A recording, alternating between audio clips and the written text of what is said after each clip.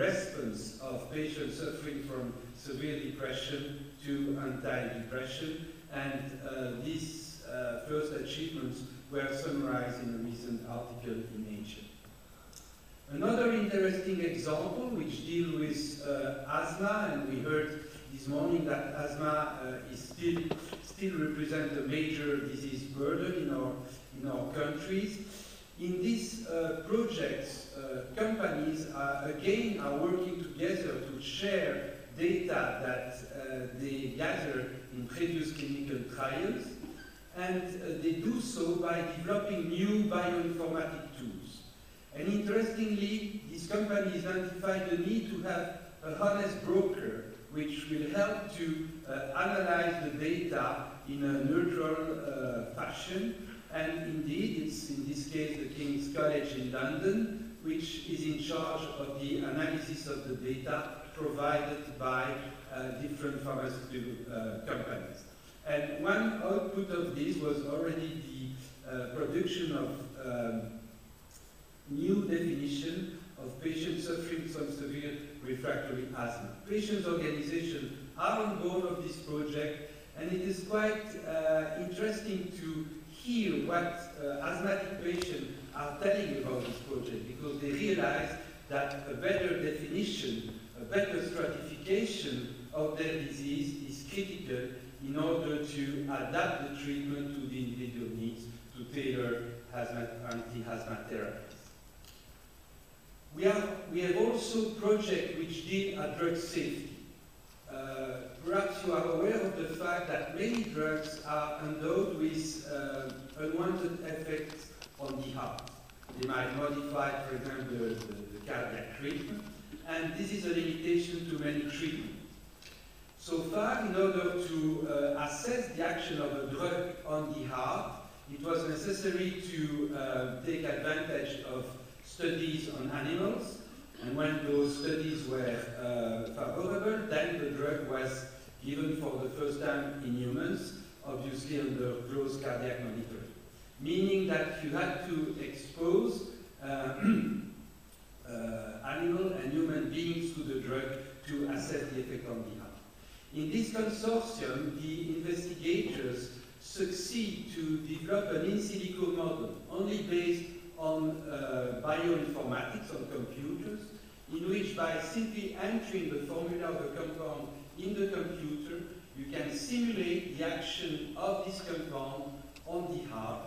And actually, as seen in the cover page of this journal, the simulation eventually results in an electrocardiogram picture which simulates what would be the effect of the drug on the electrocardiogram of the patient exposed to the drug, but obviously without the need indeed to administer the drug to humans. The very last examples deal with diabetes. And the IMIDIA consortium developed for the first time a cell line secreting insulin, a human beta cell line, which is a tool which was really needed, and which is really needed to develop new innovative therapies for diabetes. This was published this month in the Journal of Clinical Investigation, and interestingly enough, this effort made by the European Consortium was recognized in this journal by an editorial written by US colleagues, mentioning that indeed this is a major breakthrough for research on diabetes. And actually this consortium is also supported by the Juvenile Diabetes Research Foundation. We also implement education and training projects because to generate this future medicine, we need skilled scientists, both in industry, in academia, and we have several projects indeed dealing with education and training. As I said, we have now a series of projects under finalization, where again drug safety is high on the agenda, as well as studies on difficult diseases such as autism. And I would like to mention here, because this is a meeting centered on the patients, that we will have a project on raising patient awareness on the way drugs are developed. And actually this project will be managed by a patient's organization. We think that it's indeed critical that patients are more and more considered as active actors in the process of drug development.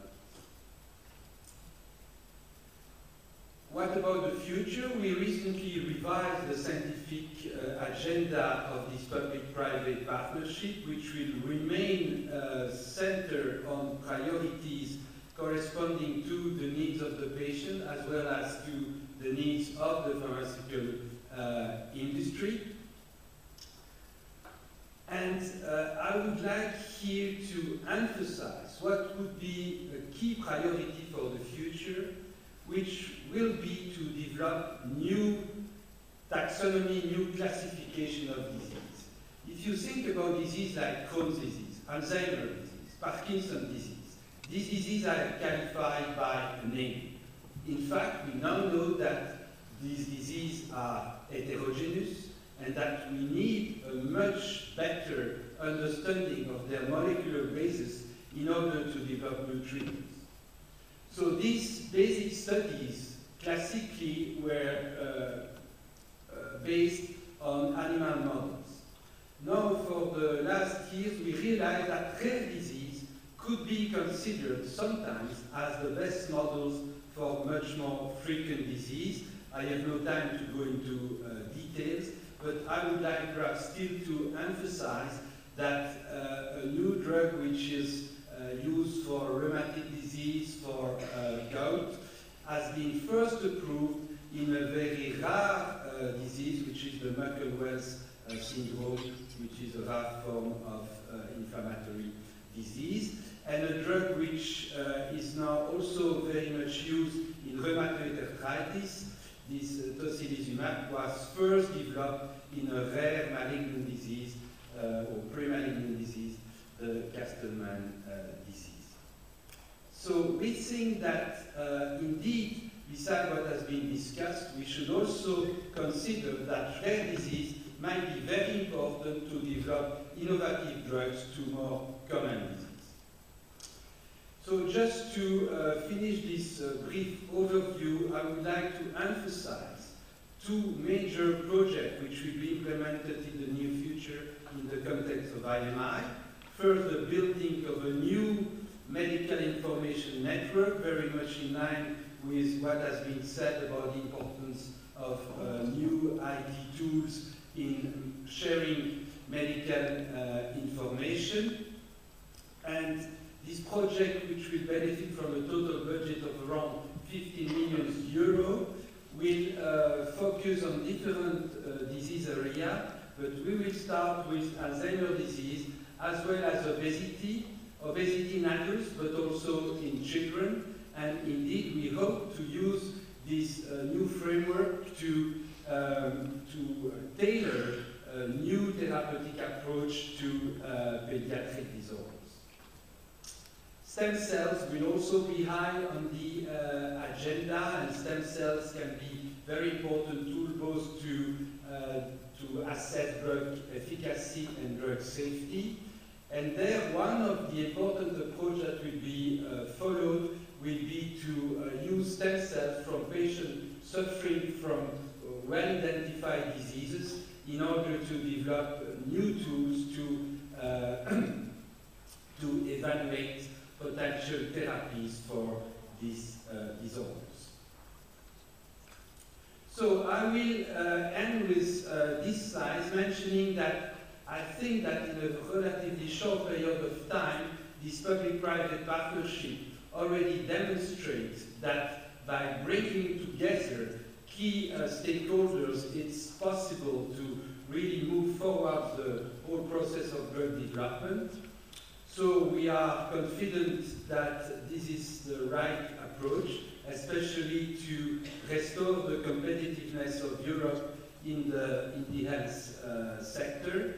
We are fully aware that we have still to address a number of challenges which are indicated here. And I would say